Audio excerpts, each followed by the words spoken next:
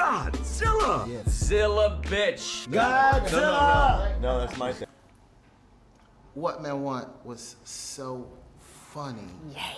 Like, it was probably one of your most physical roles too. You were doing a lot of body comedy, a lot of physical comedy. What was that experience like for you? It's difficult. It's hard. You know, it's almost like filming an action film. It was like I felt just as exhausted as I was in Proud Mary. You know, I don't think people understand what goes into physical comedy. There's a difference. You know, you got your sitcoms and you do the joke, da-dun-dun, and you laugh. But then there's physical comedy, like Jack Tripper from Three's Company. I watched that. I literally watched that show. I watched Lucille Ball was great at the physical comedy. So these are things I literally studied. So hopefully you saw it in the film. I did. When you said Jack Tripper, the light bulbs went off. Yeah. I was like, it's exactly that. Ali is a strong black woman, single. A lot of my strong, successful black female friends are single.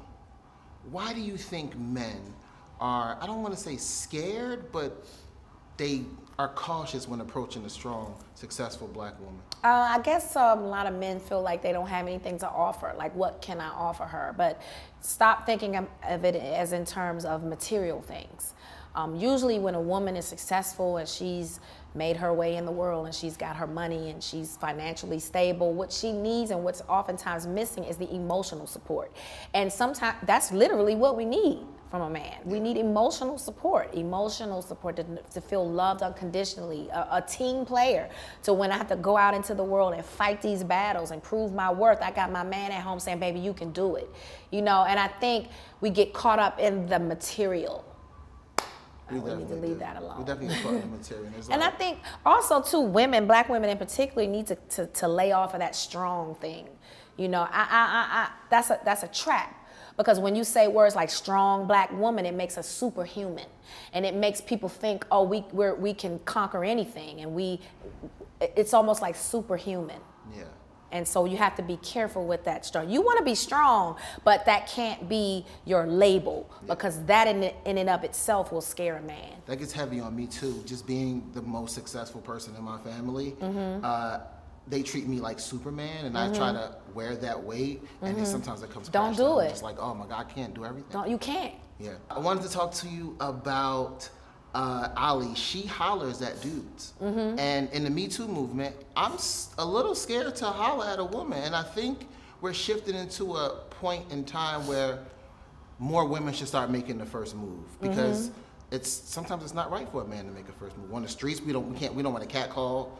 I'm conscious of that. Do you think more women should take the first step in hollering at someone when they start talking to them? I'm old school. I'm a girl's girl, and I feel like I should be courted. You know what I mean? Ali was different because she had a lot of testosterone in her. She was raised by a single father, and you know, he owned a boxing gym, so she was around men all the time. So that's how there was no mother there. There was no example of how a woman should be in a relationship. So she just emulated what she saw.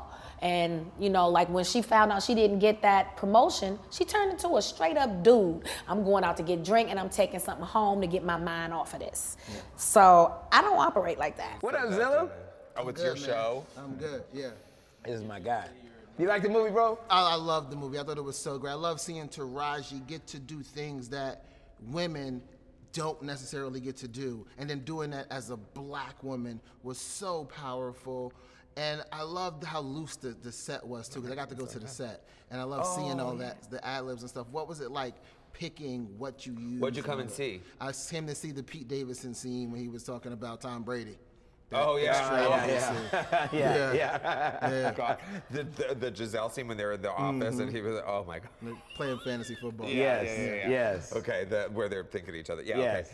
Okay. Very Pete Davidson lines came out of that scene. That was you know, it was one of the things that was always exciting to me about doing this was because people are like, oh, Adam keeps a loose set and he likes everybody improv. I'm like, not always. Like, I actually, this felt appropriate to do with this group of people, and I knew that we were going to get some really good stuff. We always got the script because the script was awesome. The script was really, really solid. Like, I was not expecting the script to be as funny as it was, and actually as with some really solid, fresh ideas.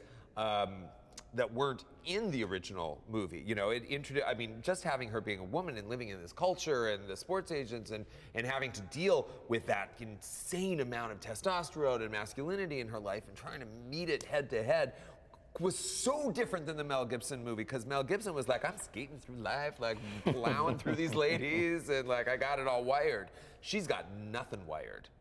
And so I was like, this is really interesting. Yeah. And then with Taraji, I was like, this is freaking home run in my mind as a person to tell a story. You know, you never know what's going to happen, but it's like, as a person who wants to tell a story, because that's my whole job, is just telling stories, and it just created an incredible opportunity. It's one of the reasons Taraji was so perfect for this, because like Adam is saying, this character, she's driven. She's like trying to show that she can, you know, dish it as much as she takes it, and she can keep up with the boys and the boys clubs. It's tragic. But she is super flawed. She's got her insecurities, and so, you know, she gets this gift to hear what men think, which, you know, you would think might be a great thing, but, you know, in real life, I wouldn't want it. I can tell you that right now. I don't want to know any. Well, first of all, I believe that everybody's going like, I hate you. They're looking at me like so happens to be all night and all day people going like, you ugly. Like, that'd have been crazy to experience. Do something about Do something about your face. Yet another reason not to have that gift. Taraji channeled Lucille Ball in this, the physical comedy. I say that all the. It was just brilliant. I said if Lucille Ball and Will Smith had a sex tape, she'd be the baby. There you have it, folks. And what else is there to say? Godzilla! Yeah. Zilla bitch. Godzilla! No, that's my thing.